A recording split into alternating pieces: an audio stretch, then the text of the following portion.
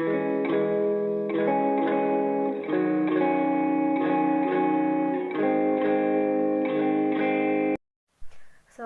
warahmatullahi wabarakatuh.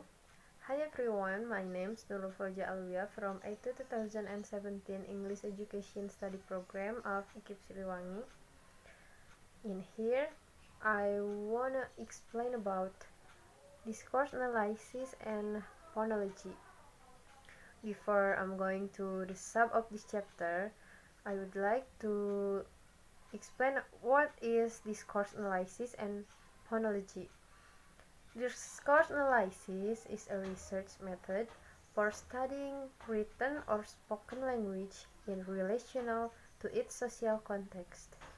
Its aim to understand how language is used in real life situation. Jadi intinya discourse analysis adalah metode penelitian untuk mempelajari bahasa tertulis atau lisan sehubungan dengan konteks sosialnya. Bertujuan untuk memahami bagaimana bahasa digunakan dalam situasi kehidupan nyata. Yang selanjutnya adalah phonology. What is phonology? Phonology is defined as the study of sound patterns and their meaning. Phonology didefinisikan sebagai studi tentang pola suara dan artinya. Lalu apa hubungan antara discourse analysis and phonology?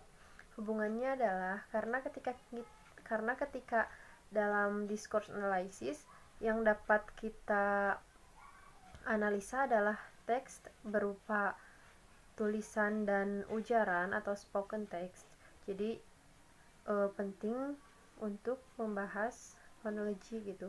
Ketika kita ingin menganalisis sebuah teks dalam bentuk ujaran atau spoken text, nah, kita bisa mempelajari discourse analysis and phonology ini terlebih dahulu agar memudahkan kita untuk menganalisisnya.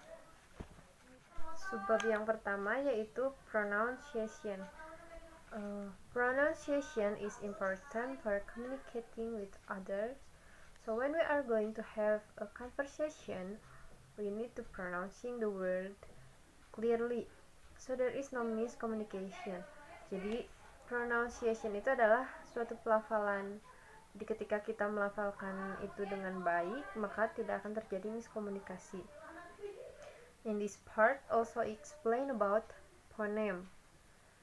Phoneme itu adalah bagian terkecil dari bunyi yang membedakan antara satu kata dengan yang lainnya. Contoh phoneme di sini adalah p and b. Ketika p, contoh katanya adalah pet, dan b adalah pet. Contoh lainnya adalah pump and bump. Nah, walaupun terjadi perbedaan hanya sedikit, tetapi maknanya itu sangat berbeda sekali gitu, sangat signifikan. Nah, di dalam pronunciation ini juga terdapat assimilation dan elision. Assimilation adalah proses perubahan bunyi yang menyebabkan mirip atau sama dengan bunyi yang di dekatnya. Contohnya, want to jadi wanna, jadi disatukan gitu agar lebih mudah diucapkannya. Nah, yang kedua adalah elision atau penghilangan suara, suku kata atau kata-kata di dalam ucapan. Ini dibuat agar bahasa lebih mudah dan lebih cepat ketika digunakan. Contohnya, I have jadi I've, atau contoh lainnya adalah did not jadi didn't, atau yang lainnya gitu ya. Yang selanjutnya adalah rhythm. Rhythm atau irama adalah jeda atau variasi dalam sebuah ujaran gitu. Jadi ketika seseorang mengucapkan suatu kalimat atau berbicara gitu, tentu saja akan memiliki variasinya sendiri atau karakternya masing-masing gitu. Ketika kita sebagai orang Indonesia atau sebagai foreign language dan ingin mempelajari bahasa Inggris atau ingin berbicara bahasa Inggris, tentu saja akan berbeda ritmenya dengan apa yang diucapkan oleh kita, akan berbeda dengan apa yang diucapkan oleh orang Inggris aslinya gitu, karena kita memiliki karakter yang berbeda-beda gitu, jedanya yang berbeda-beda, dan ritme ini sangat penting gitu, karena setiap kita berbicara pasti ada ritmenya, tidak mungkin kita berbicara dalam datar saja gitu.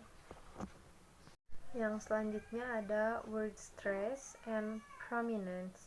Nah, word stress adalah penekanan pada kata dan prominence adalah kata yang ditonjolkan.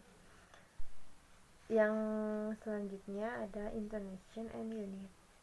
Intonation means tinggi atau rendahnya suara atau nada. Nah, intonation ini digunakan dalam percakapan sehari-hari ketika kita ingin show our feeling gitu. Ketika kita lagi merasakan sedang bahagia atau happy, pasti kan tinggi, nada kita akan tinggi gitu, nggak mungkin datar atau rendah gitu. Misalnya sedang happy, I'm happy to see you, kan bukan I'm happy to see you gitu, bukan seperti, tapi I'm happy to see you gitu. Dan yang selanjutnya ada tone and their meaning. Tone digunakan untuk menunjukkan apa yang kita rasakan, sama seperti intonation, cuman dalam tone ini terdapat beberapa bagian. Yang pertama,